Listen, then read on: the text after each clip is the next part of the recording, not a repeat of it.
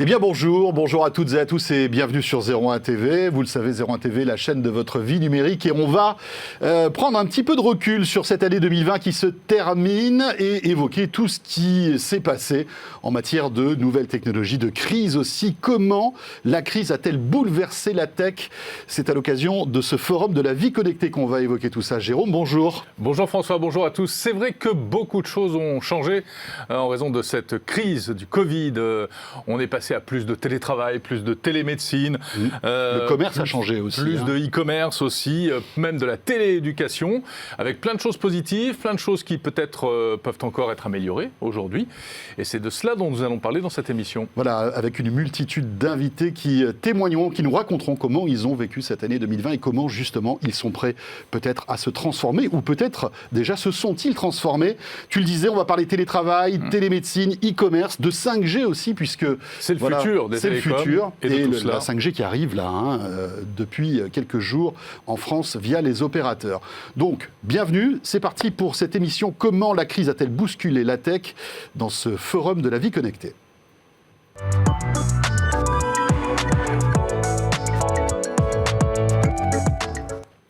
Et on en parle, tu l'as dit François, à l'occasion de ce forum de la vie connectée organisé par l'Axel. Grand événement de toutes les entreprises liées au numérique aujourd'hui. On va en parler notamment avec le président de l'Axel, Laurent Nizery. Bonjour. Bonjour. Bonjour Laurent, merci d'être avec nous aujourd'hui sur ce plateau. Alors on parle de l'Axel comme si tout le monde savait ce que c'était, mais alors nous on sait un petit peu, vous aussi, mais peut-être pas tous ceux qui nous regardent. Est-ce que vous pouvez nous présenter l'Axel? Oui, je vais essayer. Donc l'Axel, en fait c'est une vieille dame. L'Axel est née avec le Minitel, donc ça commence à faire quelques années. Je pense que beaucoup de ceux qui belle innovation française. Belle innovation française qui nous a pas toujours aidé en fait. Oui, enfin, on le sait bien. J'en ai gardé un à la cave. Une petite mémoire, mais enfin, ça ne sert pas à grand chose. J'ai failli vous l'amener pour rigoler.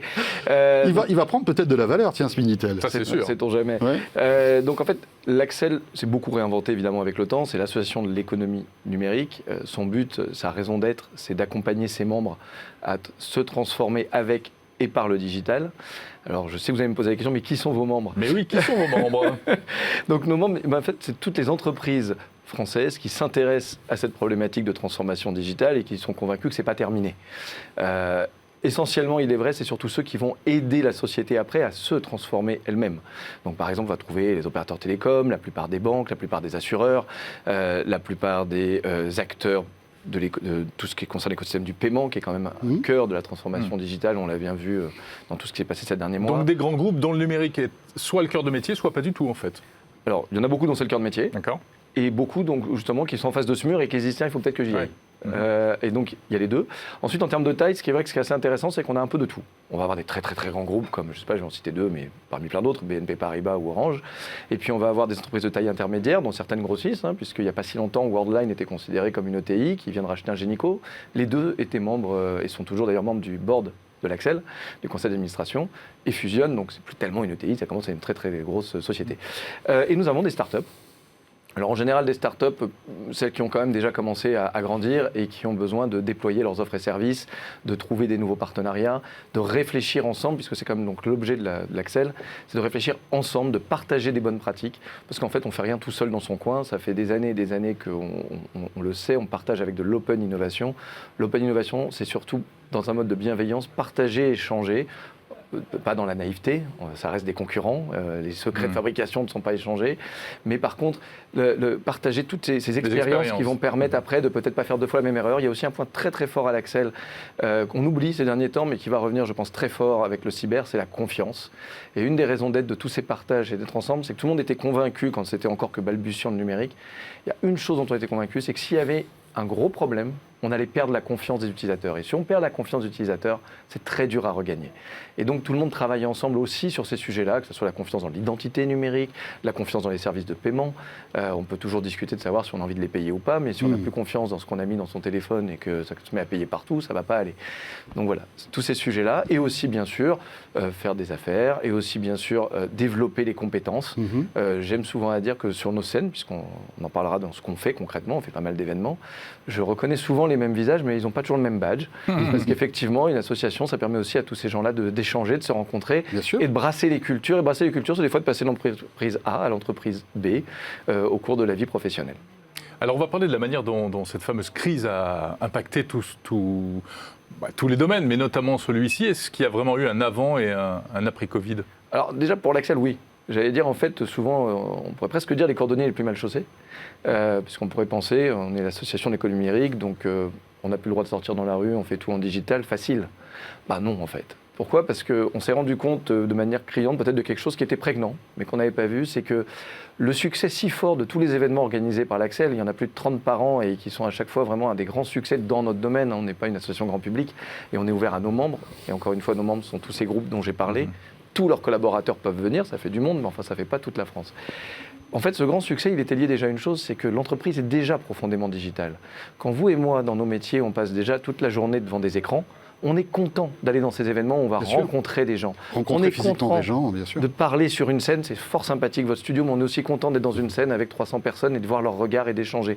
On est content d'aller sur un stand et partager et on apprend des choses et on échange. Et en fait, c'était sans doute une évidence, mais sauf qu'en fait, on n'avait donc pas beaucoup investi sur cette partie comme on le ferait que digital, parce que nos membres voulaient se rencontrer. Et quand tout d'un coup, en mars, il a fallu reprendre tout le programme de l'année avec une trentaine d'événements, sans savoir, vous le savez bien, s'il fallait se programmer sur 3 semaines, sur 3 mois ou sur 3 ans, bah on a fait comme tout le monde, on a appris en marchant, en sachant aussi qu'une association, plus que personne, vit avec ses membres et aussi avec des petites équipes. Donc on ne va pas dire comme ça, tiens, c'est marrant, c'est de nouvelles compétences, virons tout le monde, reprenons des nouvelles compétences. Ben non, il faut apprendre à se transformer avec toutes les équipes, qu'elles soient donc des membres ou qu'elles soient des permanents. Et c'est pas si simple, parce qu'effectivement, c'est des nouvelles compétences dans l'événementiel et dans l'organisation de tous ces rendez-vous. C'est beaucoup plus, peut-être plus proche de vos métiers d'ailleurs. Avec des... Vous êtes tous devenus journalistes ou spécialistes de la visio Alors, on peut mettre beaucoup de choses. D'ailleurs, journaliste, sur ce deuxième point, oui. Journaliste, non, mais par contre, dans la production de contenu, on l'a toujours fait. Une association fait beaucoup de production de contenu. Par contre, avec vos compétences, de timing, parce que sur ce qu'on peut se permettre sur une scène où on a 3-4 heures, où on peut prendre le temps, les gens sont contents, ils échangent, c'est pas possible. En visio, etc. Plus tous les aspects technologiques, et puis encore une fois aussi le fait qu'on n'est pas ouvert à tous, nous sommes un club quelque part, et bien c'est pas si simple non plus de laisser des portes ouvertes et d'autres fermées sur Internet, dans ce monde-là, encore une fois en le faisant très rapidement. Alors finalement, au bout de 2-3 mois, comme tout le monde, on y est arrivé, on a pris nos marques, et donc je suis très heureux de voir que cette année, l'ensemble des équipes et tous nos membres ont réussi à créer un programme très très riche, et qui a d'ailleurs permis à beaucoup plus de membres finalement qu'avant de participer. D'autant que, avec tout ce qui s'est passé cette année, j'imagine que vos membres ont encore plus besoin d'échanger, de réfléchir ensemble, non ? Sur l'après. C'est sûr. Alors après, il y a 2 types de besoins. Je pense que vous le vivez tous quand vous passez un coup de fil professionnel. Maintenant, il y a le quart d'heure Covid, qui n'est pas forcément le sujet professionnel pour lequel on avait téléphoné. C'est un peu la même chose. Donc oui, toutes les personnes qu'on a, on est tous des êtres humains, on a besoin plus qu'avant d'échanger. Avant, il y avait le quart d'heure météo. Ouais, mais enfin, là, il est quand même beaucoup plus prégnant. Briser la glace. Si je peux me permettre, là, il y a vraiment une angoisse, même chez certains. Enfin, j'entendais à la radio ce matin, je pense chez vos confrères d'ailleurs de BFM, les sujets de la déprime des étudiants. Mais les gens qui travaillent tous les jours et qui sont ni en première, ni en deuxième, ni en troisième ligne, mais qui font leur métier depuis toute l'année, pour que par exemple votre carte bancaire marche tous les matins, ou que par exemple votre téléphone n'ait pas eu de coupure dans cette année compliquée, alors que les réseaux ont explosé en usage, bah, ces gens-là, ils travaillent en fait plus que d'habitude, dans des conditions plus difficiles que d'habitude. Eux aussi, ils doivent faire le télétravail avec les enfants à gérer, etc. Et on ne parle jamais d'eux. Et d'ailleurs, dans un de nos événements récents, on a reçu comme question, est-ce que quelqu'un pourrait nous applaudir, nous aussi Voilà. Donc il y a ce besoin-là pour répondre à ce point-là. Et ensuite, sur les autres sujets, oui, ils ont besoin de partager, parce qu'en fait, on fait tous ce chemin de bonne pratique, ce chemin d'essayer de comprendre comment on va s'en tirer dans ce nouveau monde digital, et on peut se faire gagner du temps, et donc les gens, effectivement, ont besoin de plus d'échanger. En quelques mots, brièvement, Laurent Nizri, qu'est-ce qui va rester de tout ça ? Alors, honnêtement, je n'ai pas de boule de cristal.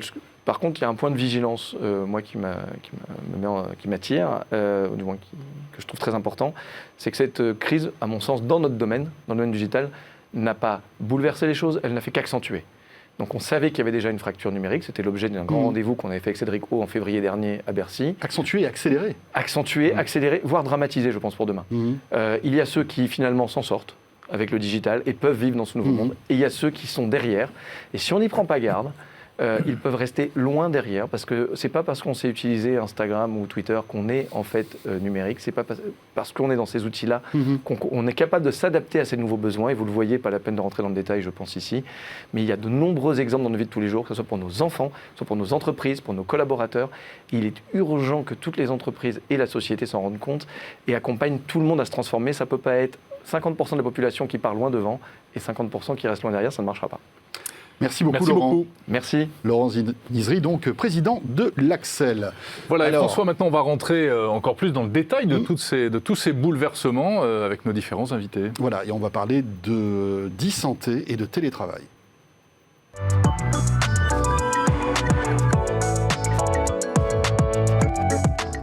Télétravailler, e-santé, voilà, ce sont les deux premiers thèmes que nous allons aborder ensemble maintenant avec nos invités. Tout d'abord, tiens, je vais pas être galant, je vais commencer par David de Amorim. Bonjour. Non, parce qu'on donnera la parole ensuite, en priorité, à notre deuxième invité. Vous êtes coprésident de la commission Objets et Services Connectés de l'Axel, David de Amorim, et vous êtes également directeur innovation santé chez DocaPost. Voilà, vous avez donc deux casquettes en quelque sorte. Exactement, je suis bien couvert. Et nous accueillons avec beaucoup de plaisir Marie-Laure Saillard. Bonjour Marie-Laure. Bonjour. Vous êtes la CEO de chez Medocteur, donc. Alors, s'il y a bien un sujet passionnant, cette crise qu'on a pu vivre durant cette année 2020, c'est la télémédecine. Et vous êtes au cœur du réacteur, si je puis dire. Est-ce que vous pouvez, avant de rentrer un petit peu dans les détails, nous présenter Medocteur ? Bien sûr, donc Medocteur, on est une entreprise de télémédecine créée en 2015. Donc on est presque des mammouths en fait dans le marché. Ça fait 5 ans qu'on existe. On a démarré sur une activité vraiment à destination du patient avec l'objectif de se dire on ne peut pas laisser quelqu'un qui a une question d'ordre médical voyager sur les forums parce que sinon, à la base, il avait une petite interrogation sur peut-être une petite tâche puis au bout d'une demi-heure, il croit qu'il a un cancer généralisé. C'est comme ça qu'est créé Medocteur. Ça nous est tous arrivé. Ça nous est tous arrivé, c'est vraiment du vécu. Et donc on a commencé en apportant une solution d'accès à un médecin en 24/7 sans prendre de rendez-vous pour n'importe quel citoyen. À l'époque, la télémédecine n'était pas encore structurée. On était en 2015, c'est pour ça que je vous dis qu'on est presque un mammouth dans le marché. Et donc la grande aventure de la télémédecine n'était pas encore engagée puisque la télémédecine a commencé à rentrer dans le droit commun en France à partir de 2009, puis 2010. Et ensuite, on a eu une grande accélération en 2018 avec l'avenant 6 et l'entrée dans le parcours de soins de la télémédecine. Donc Medocteur, c'est quoi ? C'est vraiment, ce qui nous tient à cœur, c'est vraiment de faciliter l'accès aux soins pour tous. Et c'est quelque chose qui est important et on sait bien que c'est pas toujours évident. Et puis de contribuer bien évidemment à la transformation du système de soins. Donc on est vraiment au cœur des enjeux du moment. Si j'ai bien compris, donc en passant par votre plateforme, Medocteur, je vais pouvoir avoir des conseils médicaux et dialoguer avec des médecins, c'est ça ? D'autant plus maintenant que nous sommes rentrés vraiment dans le champ de la télémédecine. Donc aujourd'hui, vous avez accès à des médecins. C'est une vraie consultation. D'ailleurs, la communauté médicale internationale a bien noté qu'autour de 70 ou 80% des cas de consultation pouvaient être traités en consultation médicale à distance. C'est pris en charge par la sécurité sociale ? Alors, c'est pris en charge par la sécurité sociale sur certaines modalités. C'est-à-dire que la sécurité sociale prend en charge la téléconsultation quand elle est dans le parcours de soins, de la même manière qu'en présentiel. Il y a des cas où elle n'est pas dans le parcours de soins. Par exemple, cet accès en 24/7 à un médecin sans avoir pris de rendez-vous, aujourd'hui n'est pas un modèle qui est financé par la sécurité sociale. C'est un modèle qui est financé par les complémentaires santé depuis 2018. Grâce à ce modèle-là, chez Medocteur, un Français sur 3 a accès à un médecin sans avoir pris de rendez-vous au préalable. Donc les deux modèles existent. Ça fait partie de la diversité des modèles à développer. Et puis Marie-Laure, est arrivée donc cette pandémie, le premier confinement. Et là, qu'est-ce qui s'est passé chez Medocteur ? Alors là, je vais donner un petit parallèle entre le télétravail et la télésanté, puisque nous, en tant que jeune entreprise, on s'est pris ce boom d'un coup. On était le 2 mars.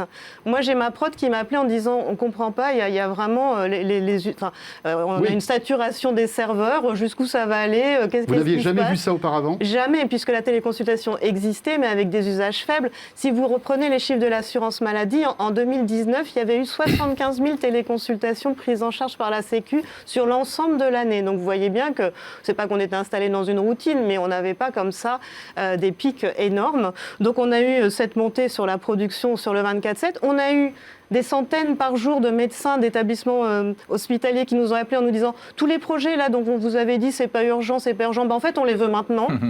Ok, donc bien sûr un standard entre guillemets qui explose complètement. Et puis tout d'un coup aussi des choses très curieuses qui étaient nouvelles pour nous. C'est par exemple Arnaud Fontanet qui m'appelle pour me dire voilà, on rentre dans quelque chose d'incroyable. Donc en fait, on pense que la téléconsultation va favoriser la remontée de données pour que nous, à l'Institut Pasteur, on puisse les analyser. On a eu également, vous vous souvenez probablement, le professeur Salomon qui tous les soirs présentait la téléconsultation comme un outil pour lutter contre la crise sanitaire, et donc avec une incitation incroyable. Et tout d'un coup, même le ministère de la Santé qui publie nos offres en disant utilisez ces services-là. Ça a été absolument un bouleversement pour nous. De manière plus interne chez mes docteurs, avant même le premier confinement, on s'est tous mis en télétravail parce que, évidemment, les alertes sanitaires nous faisaient penser qu'il valait mieux déjà faire la distanciation sociale. Et puis, il faut on donner s'est mis l'exemple. en full télétravail. Et il faut donner l'exemple, c'est pour ça aussi que j'ai le masque aujourd'hui. On s'est retrouvés en full télétravail le 7 mars au soir.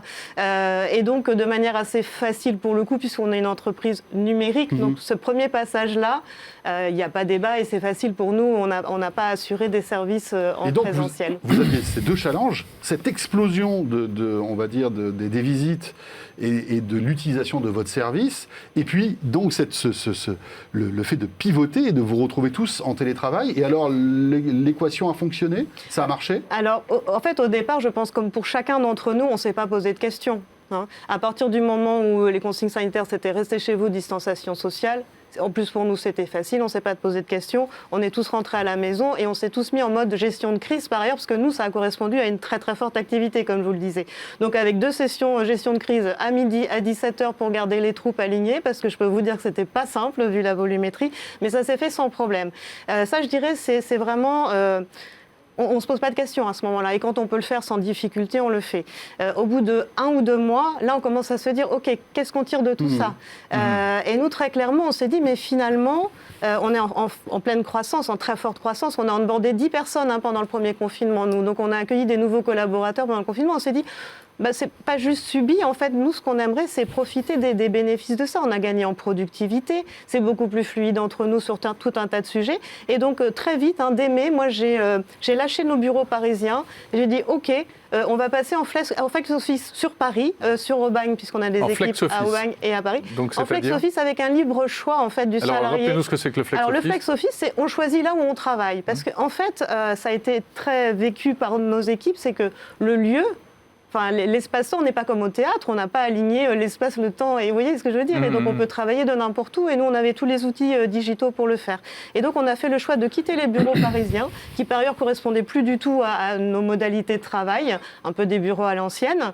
Et donc là, du coup, on a un espace de créativité collective. Donc, vous avez lâché complètement on a lâché les bureaux à Paris. À Aubagne, on les a gardés parce qu'on avait la place de faire ce qu'on voulait.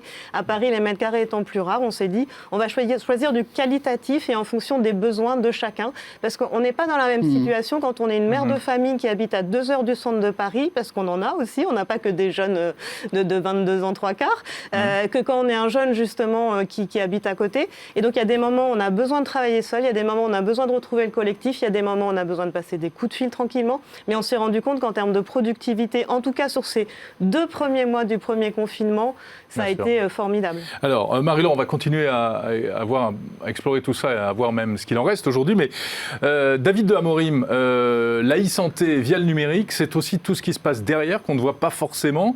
Un domaine dans lequel DocaPost est très actif. Rappelez-nous en 2 mots ce qu'est DocaPost. Alors, DocaPost, c'est une filiale numérique du groupe La Poste, qu'on connaît bien pour le coup.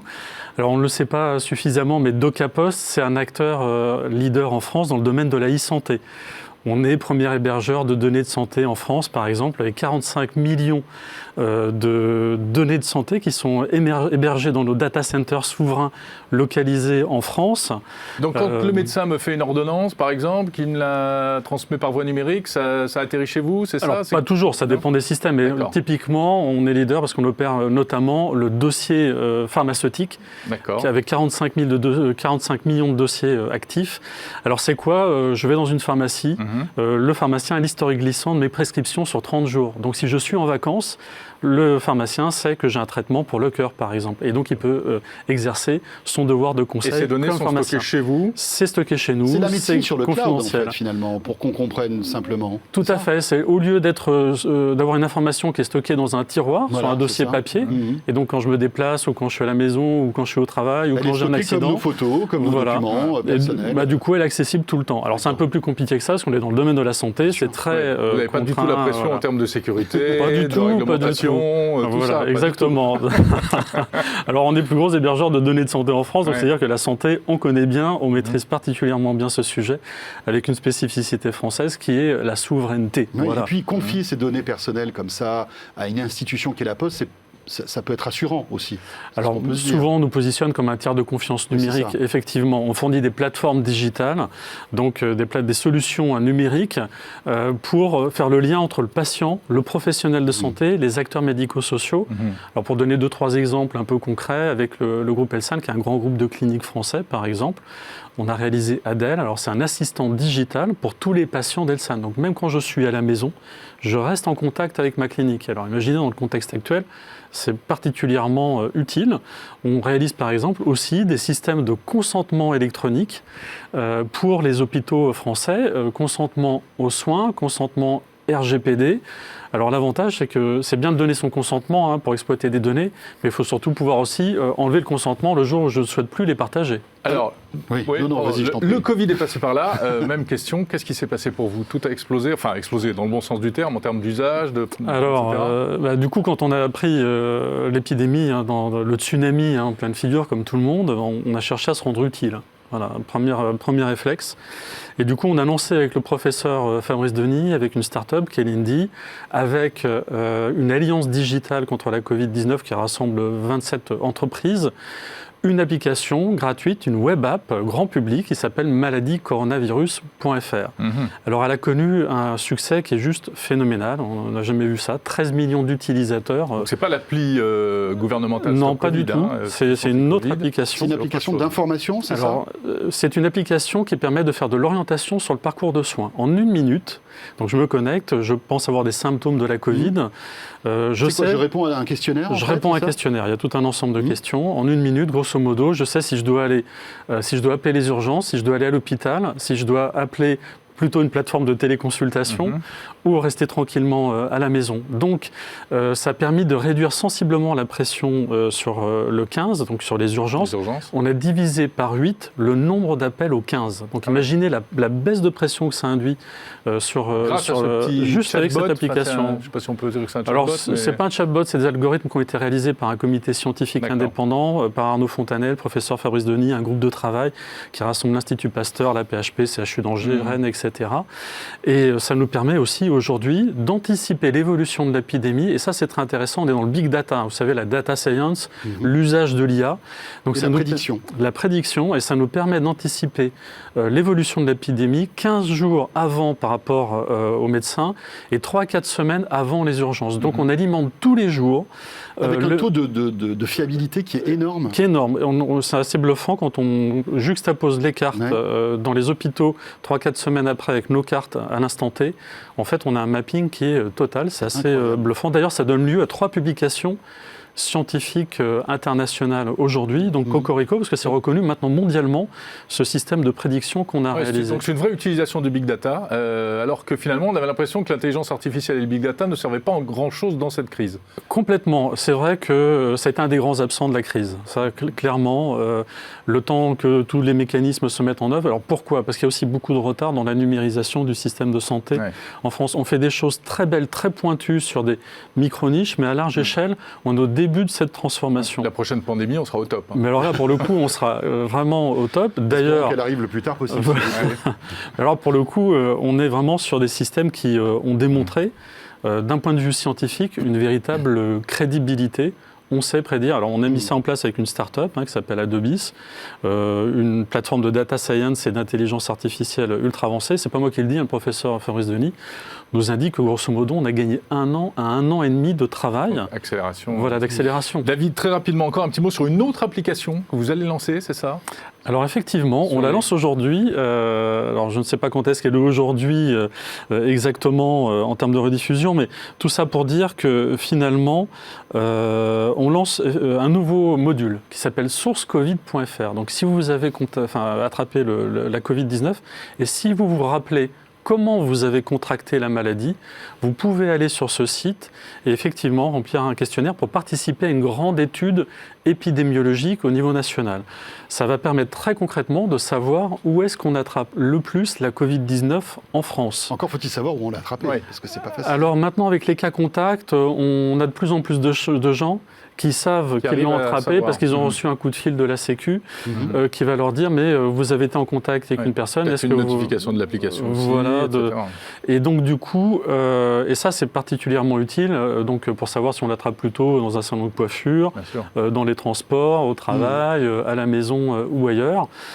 Et donc si vous souhaitez participer à cette étude à grande échelle, allez sur Source Covid, www.sourcecovid.fr. Source Covid en un seul mot. En un seul mot, très bien. Tout à fait. Parfait. Marie-Laure, dernière question, avant de vous libérer à tous les deux. Donc on a parlé de cette pandémie. Parlons de l'après. Qu'est-ce que ça va changer chez Medocteurs ?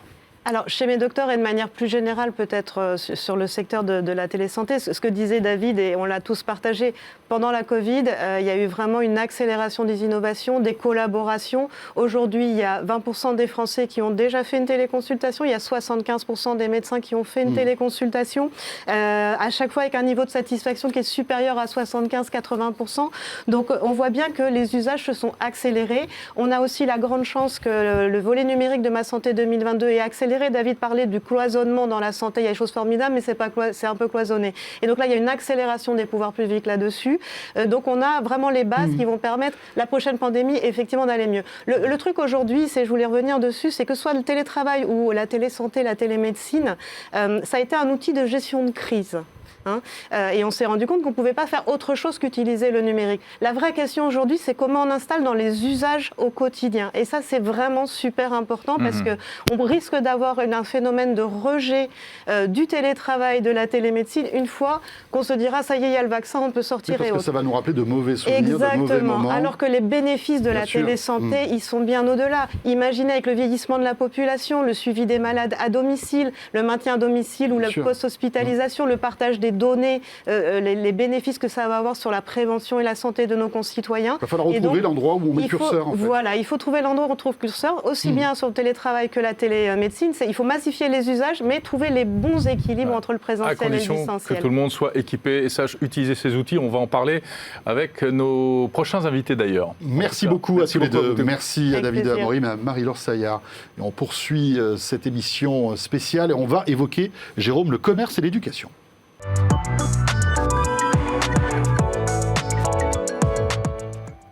Voilà, et avant de parler de commerce et éducation, notez que dans un petit quart d'heure, on évoquera les outils, aussi les services avec la 5G. On parlera à la fois de l'arrivée de la 5G et puis comment la 5G va peut-être accélérer aussi tous ces usages du numérique. Ce sera avec nos invités dans un instant.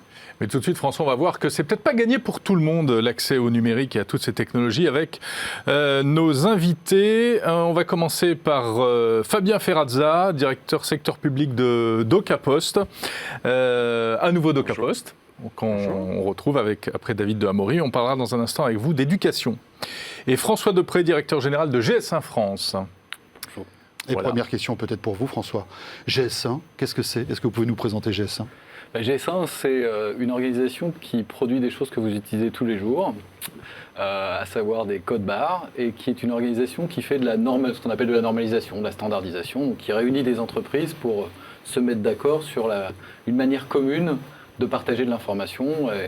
Pour partager de l'information, il faut identifier des choses. Donc c'est pour ça qu'on a créé ce code barre il y a maintenant une quarantaine d'années. Donc sur tous les emballages où il y a un code barre, il y a un peu de GS1 dedans, c'est ça ? Alors la technologie est générale. Nous, on fait de la normalisation dans les domaines où les entreprises ont besoin de s'échanger entre elles. D'accord ? Donc effectivement, ce code barre que vous allez avoir sur tous les produits, sur vos vêtements, etc., est utilisé pour les entreprises, beaucoup pour des logique de logistique ou de traçabilité, et est aujourd'hui très très répandu. Et c'est rigolo parce que maintenant c'est déporté et on voit qu'il y a des applications qui lisent ces codes barres pour qu'on ait des informations en fait, qui étaient peut-être auparavant réservées aux professionnels et qui maintenant s'adressent aussi à nous. C'est la force d'un standard. C'est-à-dire que sans modestie aucune, on pourrait dire que tous les codes barres sur les livres ont permis à Amazon de démarrer finalement sur ce territoire. Aujourd'hui, c'est ce que n'importe quelle application consommateur utilise parce que ce standard est sur tous les produits. Et c'est justement la force de ces déploiements d'un standard unique que toutes les entreprises peuvent utiliser très facilement. Et c'est un outil je dirais très performant. On a un exemple en ce moment avec beaucoup d'entreprises dans la crise actuelle qui se mettent à utiliser cette technologie, ne serait-ce que pour vendre leurs produits en ligne ou sur d'autres circuits de distribution. Alors justement, c'est la question qu'on vous pose à tous aujourd'hui. En fait, qu'est-ce que ça a changé pour vous, les codes barres? Donc, pour vous, facteur d'innovation en quelque sorte? En fait, c'est une très ancienne technologie qui a été inventée à la fin des années 40, qui s'est déployée très progressivement, mais aujourd'hui qui est suffisamment déployée, suffisamment robuste et accessible pour que des tout petits acteurs, dans les conditions dans lesquelles on est aujourd'hui, puissent l'utiliser facilement pour un acte de résilience finalement, parce que d'une certaine manière, un petit commerçant, moi c'est l'exemple que je prends souvent, un producteur de vin qui veut vendre auprès de nouveaux clients parce que les restaurants sont fermés ou parce que ses clients habituels ne peuvent plus prendre sa marchandise, et va utiliser un code barre, le mettre sur ses produits, vendre en grande distribution ou vendre dans le e-commerce. Voilà, donc c'est des technologies robustes, anciennes, mais en même temps c'est des technologies qui permettent à des gens qui l'utilisent peu de pouvoir facilement finalement accéder à de nouveaux marchés, et c'est la force de ce standard international. Alors, comme avec nos précédents invités, la crise est arrivée, cette pandémie est arrivée. Qu'est-ce que ça a changé chez vous ? Chez nous, on a eu un phénomène d'accélération, donc on a une tendance à de plus en plus d'entreprises qui utilisent ces standards, à la fois pour des besoins très très court terme, mais aussi dans des enjeux plus larges d'économie circulaire ou de nouvelles formes de logistique. Et en fait, on a eu un phénomène d'accélération, beaucoup de nouvelles entreprises sont arrivées, là où on avait une tendance à peu près 100 nouvelles entreprises devenant adhérentes au système en France, on est passé à 200 et tous mes collègues partout dans le monde ont le même phénomène. Vous parliez des entreprises qui modifiaient un peu leurs pratiques, en fait, et c'est allé très loin. Il y a eu des exemples aussi où le commerce physique a rejoint le commerce digital, puis tout ça s'est mélangé. Vous avez d'autres exemples ? Il y a un exemple qui est assez marquant, c'est un acteur qui a déployé justement des technologies. Alors eux, c'est à la fois les codes barres, mais aussi la RFID, donc ils ont déployé largement. C'est Decathlon qui, pendant la crise, la première crise, s'est trouvé à fermer ses magasins et a trouvé un moyen très simple, puisqu'il utilise les mêmes standards d'identification pour ses produits. Il est allé vendre ses vélos chez Franprix. Voilà. Ah ouais. Et ça s'est fait très facilement. C'est un phénomène qu'on appelle l'interopérabilité, et c'est le bénéfice de pouvoir facilement changer de circuit. Decathlon, il y a quelques années, aurait pu faire le choix, parce qu'il vend ses propres marques, d'avoir son propre système, mais il a choisi d'avoir un système ouvert qui finalement lui permet aujourd'hui de vendre ailleurs et d'être finalement asilé par une autre enseigne. Ce qui est amusant, c'est que cette technologie, vous le disiez, elle date pas d'hier, 1940, mais d'un coup, elle a été reboostée par cette épidémie. C'est fou, quand même. Oui, mais il y a un côté... c'est vrai que on ne peut pas faire de résilience facile pour des petits acteurs en passant direct à la blockchain et la 5G. C'est ça. Voilà, la low-tech a aussi son intérêt, finalement. Elle a son intérêt, c'est des technologies éprouvées, c'est des technologies qui sont peu chères, très accessibles, c'est facile. Mettre un code barre sur un produit, c'est très facile.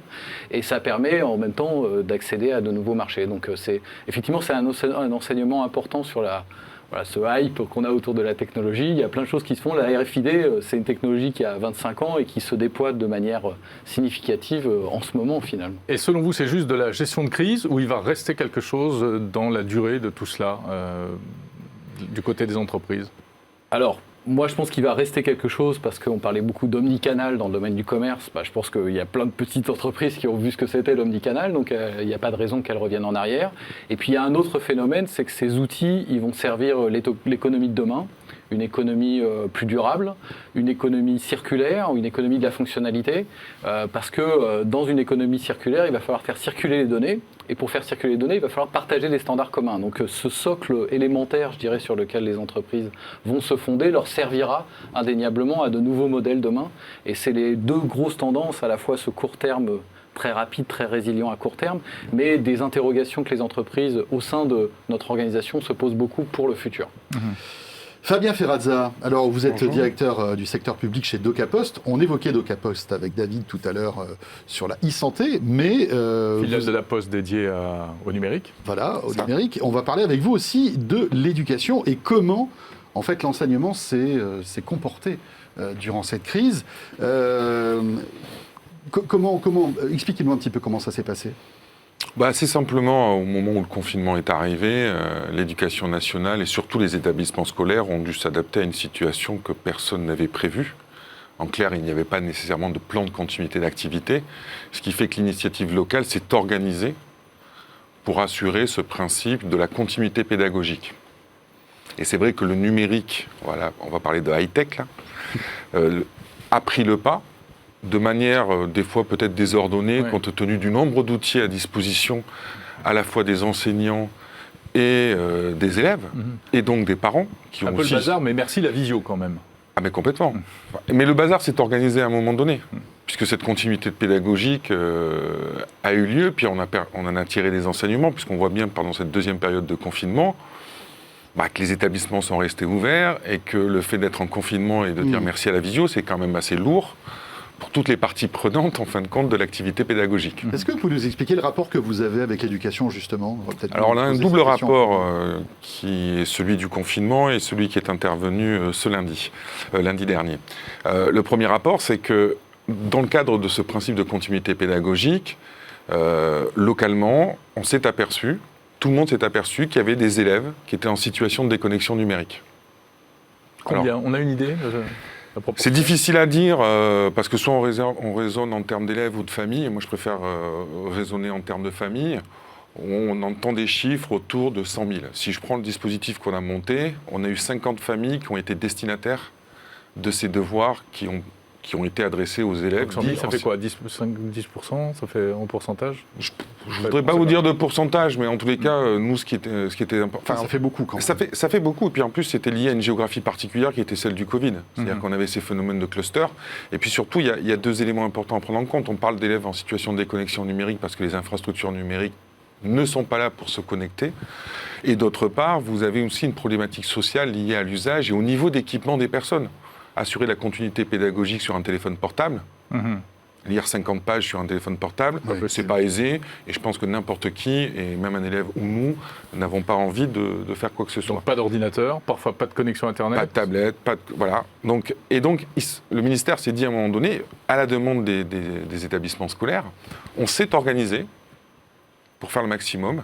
Par contre, il y a une typologie d'élèves dont on n'a aucune nouvelle. Et c'est là où vous êtes intervenu. Et c'est là où on est intervenu. Ça a été à la fois un défi technique et opérationnel, puisque l'enjeu, il faut s'imaginer, tous les enseignants et les agents de l'éducation nationale étaient grosso modo chez eux.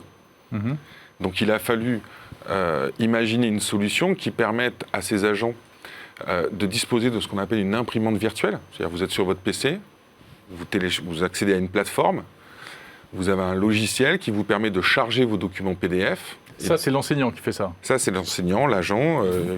Après, localement, il y a une organisation spécifique qui a été faite. Et à ce moment-là, nous, le sujet, c'était que très rapidement, en une dizaine de jours, il fallait que tous les établissements scolaires aient à disposition cette imprimante virtuelle dans un environnement totalement sécurisé. Et on a eu 25 000 établissements qui se sont connectés et ont demandé le service. Attendez, elle fait quoi cette imprimante virtuelle Cette imprimante, elle est assez simple. Vous êtes un agent, un enseignant. Vous avez vos devoirs sur votre ordinateur, comme ceux qui sont envoyés via les ENT ou les logiciels de vie scolaire. Vous prenez ce document, vous appuyez téléchargement, vous le placez sur cet outil, et dès que vous validez, imprimante virtuelle au sens qu'elle envoie un signal à nos usines d'éditique, de production de documents, on les imprime, on les met sous pli, on les met en affranchi. Et après, vous les envoyez aux élèves. On les envoie aux par élèves. La poste. Absolument. Et dans cette enveloppe... Vous envoyez les cours numériques par la poste. Tout à fait. En fait, c'est une rematérialisation du process. Et à l'intérieur de cette enveloppe, il y avait ce qu'on appelle une enveloppe T, c'est-à-dire une enveloppe retour gratuit, où lorsque les devoirs ont été réalisés, possibilité de les mettre sous enveloppe et de les envoyer dans nos centres, à la même adresse, entre guillemets. On les numérise. Et puis, comme on avait inséré du codage, on n'a pas mis un code barre mais une suite de chiffres permettant de qualifier l'école, l'enseignant, etc. Ouais. On les a après chargés, on les a numérisés et chargés sur une deuxième plateforme à laquelle ont pu se connecter tous les agents de l'éducation nationale pour vérifier, non pas nécessairement contrôler, mais vérifier que le devoir a bien été réalisé. Et donc on a eu un taux de retour d'à peu près 80%, 70% par rapport aux devoirs qui ont été envoyés, ce qui est un bon résultat. En prenant en compte que quand même tout ça s'est passé en un mois. C'est-à-dire que quand on parle d'inclusion, c'est que même une imprimante virtuelle que personne ne connaissait à l'éducation nationale est arrivée. Et en plus... c'est ça qui est intéressant finalement, c'est que on imagine des technologies très compliquées. Alors j'imagine que tout cela, c'est pas évident à mettre en place, mais c'est très low-tech. On prend du numérique, on imprime, qu'on envoie par la poste. Voilà, les élèves font leur devoir, le renvoient, vous le renumérisez. Enfin, c'est des choses qu'on fait depuis des dizaines d'années et qui... C'est exactement ça. C'est dingue. C'est exactement ça. Et l'enjeu pour les années à venir, c'est ce que vous disiez sur l'interopérabilité et l'omnicanalité, c'est que chacun ait le canal de son choix pour réaliser le travail qu'il souhaite, en fonction de l'élève, qui est un client en quelque sorte, de l'enseignant qui souhaite établir une relation parce qu'il sait que sa situation est particulière et on ne l'a pas pensé au niveau national. C'est là où on voit qu'il y a des similitudes entre l'éducation et le commerce. C'est pas pour rien si on vous reçoit tous les deux en même temps. C'est un peu ce mélange du numérique et du physique, le digital à tous les étages, quoi. Ah, mais et puis on l'a vu même sur d'autres domaines. On a, pour le compte de la Direction Générale des Entreprises, on a dû créer en 2 semaines une marketplace pour permettre à des TPE, PME, pour retrouver l'activité, de commander des masques. L'imprimante virtuelle, elle va continuer à fonctionner ? Ah oui. Oui. Donc c'est actif. Alors il y a deux modèles, c'est ce qu'on a appelé les plateformes dormantes. C'est-à-dire qu'au final, cette imprimante virtuelle s'est tue au moment où les établissements ont repris leur activité. Et au final, si un autre événement venait à arriver, on la rallume, ou même en fonction des académies qui peuvent avoir des problématiques d'élèves, malheureusement, qui sont en situation de handicap, qui se trouvent à l'hôpital, ou dans d'autres cas, il y a cette possibilité de garder le lien vis-à-vis de l'élève. Et après, c'est le développement des nouveaux usages, parce que là, c'était les devoirs. Mais on peut imaginer plein de choses. Et là, c'est la typologie des documents traités par une administration qui fait foi. Eh bien, merci à tous les deux pour ces exemples très intéressants. François Deprez, donc directeur général de GS1, et Fabien Perazza, directeur du secteur public chez Docapos. Merci. Merci à vous. On va parler, François, maintenant de le nerf de la guerre, j'allais dire, les réseaux, et notamment le dernier réseau arrivé, la fameuse 5G.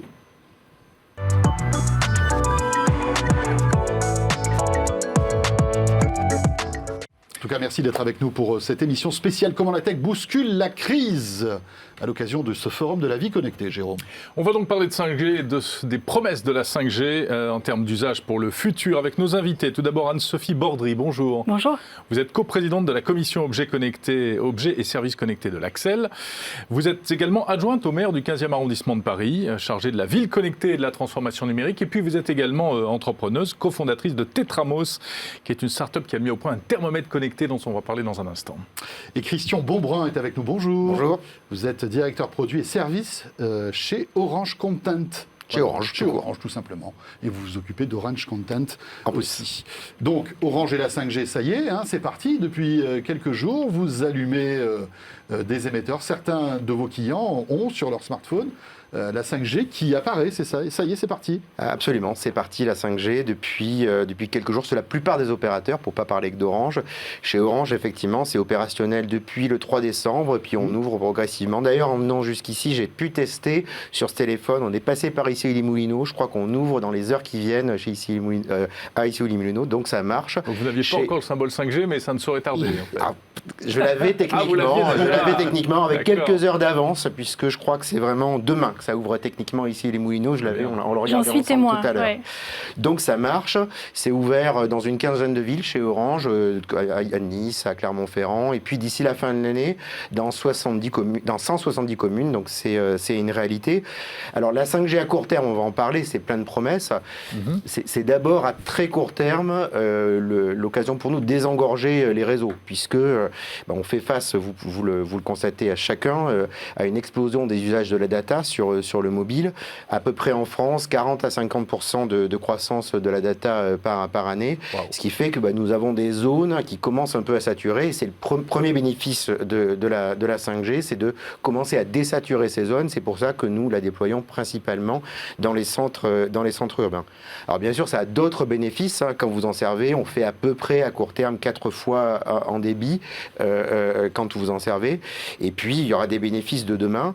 C'est pour ça que chez Orange, on a choisi un déploiement qui est progressif et qui se fait dans le dialogue avec les communes, puisque il y a certaines communes qui sont un peu réticentes. Voilà, ça frictionne un peu. Et c'est vrai que même le 3 décembre, on aurait pu ouvrir dans plus de communes que nous n'avons fait. Et nous avons choisi, dans certains cas, d'attendre, puisque nous sommes dans un dialogue avec les maires pour ouvrir de manière conjointe avec eux. Typiquement, Paris est prêt, en fait, mais vous attendez l'accord de la municipalité pour appuyer sur le bouton, c'est ça? Exactement.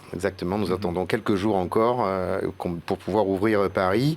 Et puis, on discute avec les différentes mairies de respect d'environnement. Il faut bien avoir en tête que la 5G a une efficacité énergétique bien supérieure à la 4G. À même quantité de données, la 5G consomme 2 fois moins que la 4G, parce que les antennes dialoguent de manière plus intelligente entre le téléphone et l'antenne, et ont des systèmes de veille qui permettent que tous ces systèmes-là aient bien une meilleure efficacité énergétique.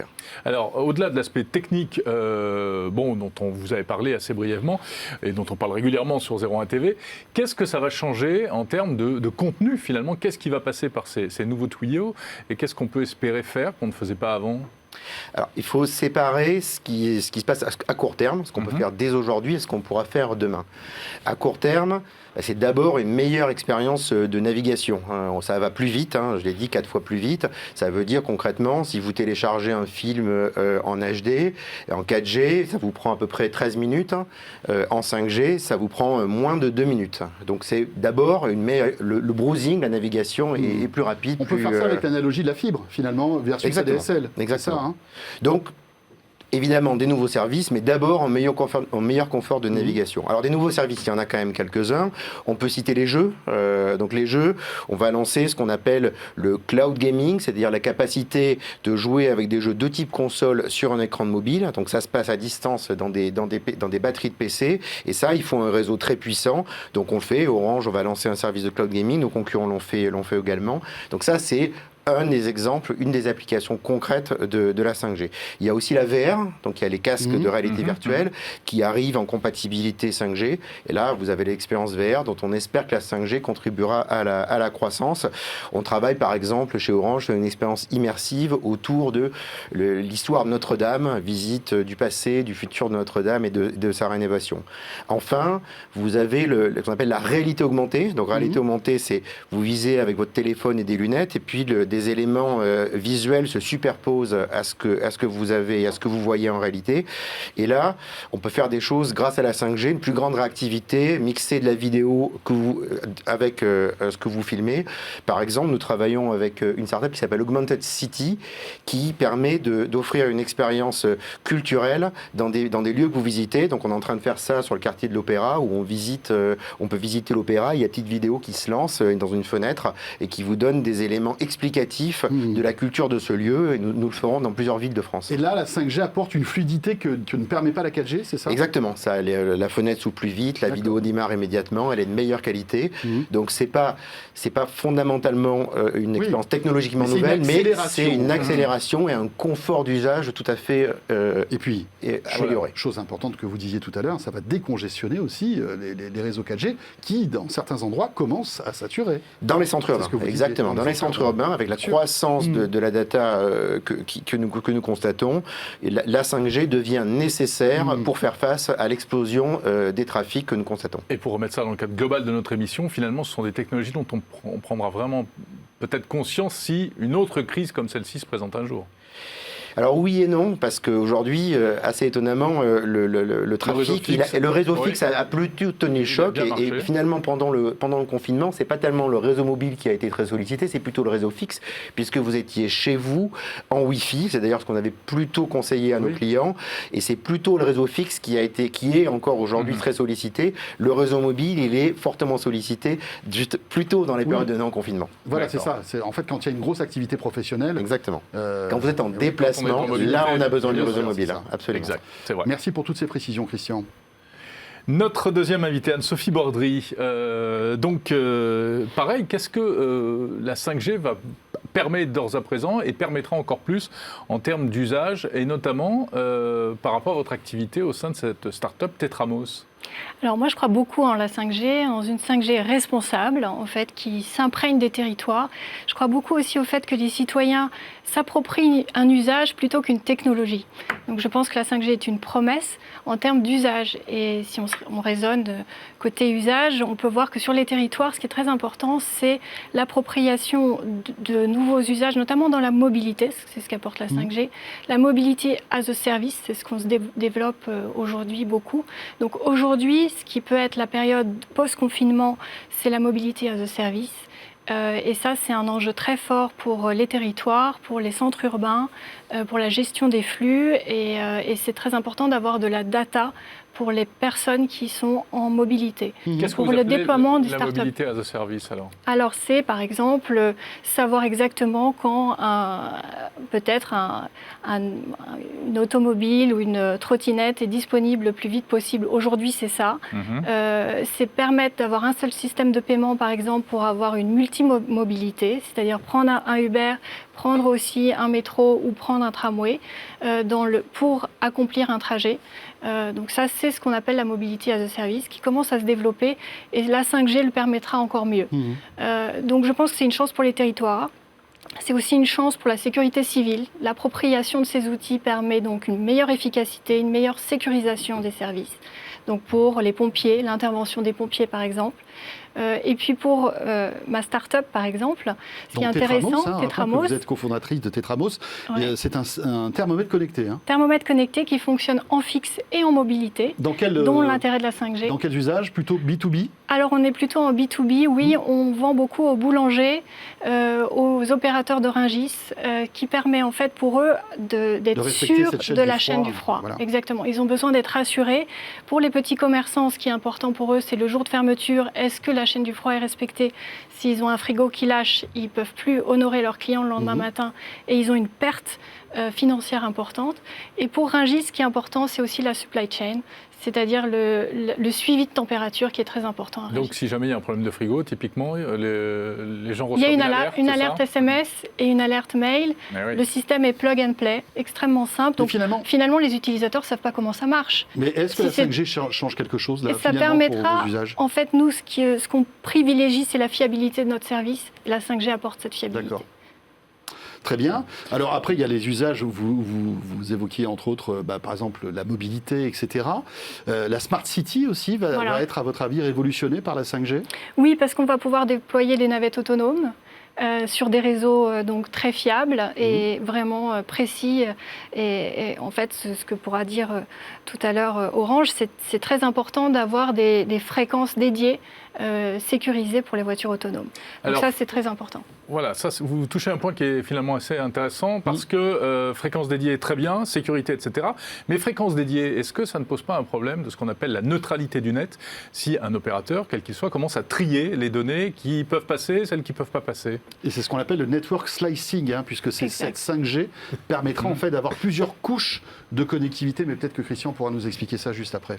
En réalité, les couches sont intéressantes parce que ça permet d'avoir des réseaux dédiés pour certaines activités, mais ce qu'il faut privilégier, et c'est le rôle des politiques au niveau européen et en France, notamment Laure de la Rodière, qui est une spécialiste de ces sujets, qui est députée en France, et puis en Italie aussi, il y a beaucoup de promoteurs de la net neutralité. Ce qui est important, c'est de dire que le citoyen pourra utiliser n'importe quel contenu et avoir accès à n'importe quel contenu en mobilité, qui ne soit pas tributaire des partenariats des opérateurs derrière. Donc les élus sont là pour veiller au grain. Et les opérateurs, en un mot, est-ce qu'on peut leur faire confiance? Vous allez Vous pliez, vous respectez cette neutralité du net ? Bien sûr qu'on peut faire confiance aux opérateurs, particulièrement à Orange.